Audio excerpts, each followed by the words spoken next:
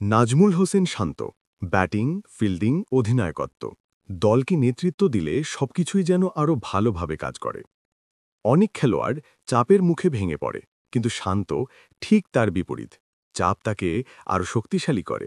অধিনায়কত্ব আসলে শান্তর সেরা রূপটাই বের করে আনে। টেস্ট ক্রিকেটেই দেখা যায় আসল শান্তকে। শান্ত, আত্মবিশ্বাসী, পুরো ম্যাচের নিয়ন্ত্রণ নিজের হাতে রাখা এক নেতা। বছরের পর বছর দল ব্যবস্থাপনায় তার ভূমিকা বদলেছে, নানা রকম পরীক্ষা-নিরীক্ষা করেছে। কিন্তু যেসব ফরম্যাটে সে স্বাভাবিকভাবে ভালো, সেখানে তাকে কখনো ঠিকভাবে প্রতিষ্ঠিত হতে দেয়নি। বরং বারবার তাকে ঠেলে দেওয়া হয়েছে টি-20-তে, যেখানে সে খুব স্বস্তিতে ছিল না। তার উপর সেই ফরম্যাটেই তাকে অধিনায়কত্ব নিতে হয়েছিল। এসব কারণে টেস্ট ও ওয়ানডেতে তার মনোযোগ কমে যাচ্ছিল। কিন্তু টি-20 ক্রিকেট থেকে সরে আসার পরই সবকিছু বদলে গেল। শান্ত আবার তার প্রকৃত সামর্থ্য দেখাতে শুরু করল।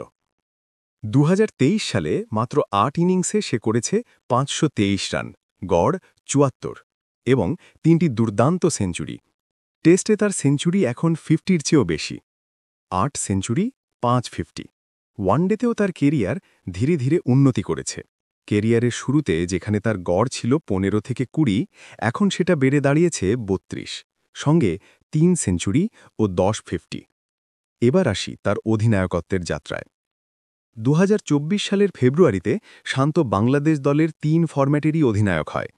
তার নেতৃত্বে বাংলাদেশ ঘরে বাইরে বেশ কিছু সিরিজ খেলেছে, আর ২০২৪ টি-20 বিশ্বকাপেও তিনি দলকে নেতৃত্ব দিয়েছে। আফগানিস্তানের বিপক্ষে সেই একটি ম্যাচ জিতলেই বাংলাদেশ সেমিফাইনালে উঠতে পারত, কিন্তু তা সম্ভব হয়নি। ২০২৪ সালের শেষ দিকে শান্ত টি-20 অধিনায়কত্ব ছেড়ে দেয়, যেন সে ব্যাটিংয়ে আরও মন দিতে পারে। বোর্ড সিদ্ধান্তটি মেনে নেয়, কিন্তু এতে তার টি-20 দলে অবস্থান দুর্বল হয়ে যায়। একসময় দলে অপরিহার্য থাকা শান্ত হঠাৎ করেই একাদশের বাইরে চলে যায়। এরপর শুরু হয় কঠিন সময়।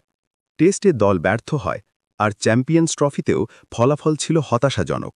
এগুলো মূলত দলগত ব্যর্থতা, তবু সমালোচনার মুখে পড়তে হয় শান্তকেই। ২০২৫ সালের জুনে পরিস্থিতি আরও জটিল হয়ে ওঠে। শ্রীলঙ্কা সফরের ঠিক আগে শান্ত মিডিয়ার মাধ্যমে জানতে পারে যে বোর্ড তাকে ওয়ানডে অধিনায়কত্ব থেকে সরিয়ে দিয়েছে। তার জায়গায় অধিনায়ক করা হয় মেহেদী হাসান মিরাজকে। অনেকের মতে সিদ্ধান্ত নেওয়ার প্রক্রিয়াটাই ছিল অন্যায্য। মজার বিষয়, মিরাজও অধিনায়ক হিসেবে সংগ্রাম করেছে। আফগানিস্তানের বিপক্ষে বাংলাদেশ হোয়াইট ওয়াশ হওয়ার লজ্জাও পেয়েছে। শান্তকে টেস্টের অধিনায়কত্ব থেকে সরানোয় বোর্ড বড় ধরনের নেতৃত্ব সংকটে পড়ে। বিভিন্ন বিকল্প চেষ্টা করা হলেও কেউই দায়িত্বের মতো মনে হয়নি। শেষ পর্যন্ত বোর্ড আবার শান্তর সঙ্গেই যোগাযোগ করে, আর শান্ত রাজি হয়, কারণ তার কাছে বাংলাদেশের স্বার্থ সবসময় ব্যক্তিগত অনুভূতির চেয়ে বড়। আজ অধিনায়কত্ব ফিরে পাওয়ার পর শান্ত আগের যে কোনো সময়ের চেয়ে আরও সক্রিয়, আরও আত্মবিশ্বাসী, আরও দৃঢ়। এখনকার দলে অনেক প্রতিভাবান ব্যাটসম্যান আছে, কিন্তু নেতৃত্বের ক্ষেত্রে নজমুল হোসেন শান্তর মতো কেউ নেই।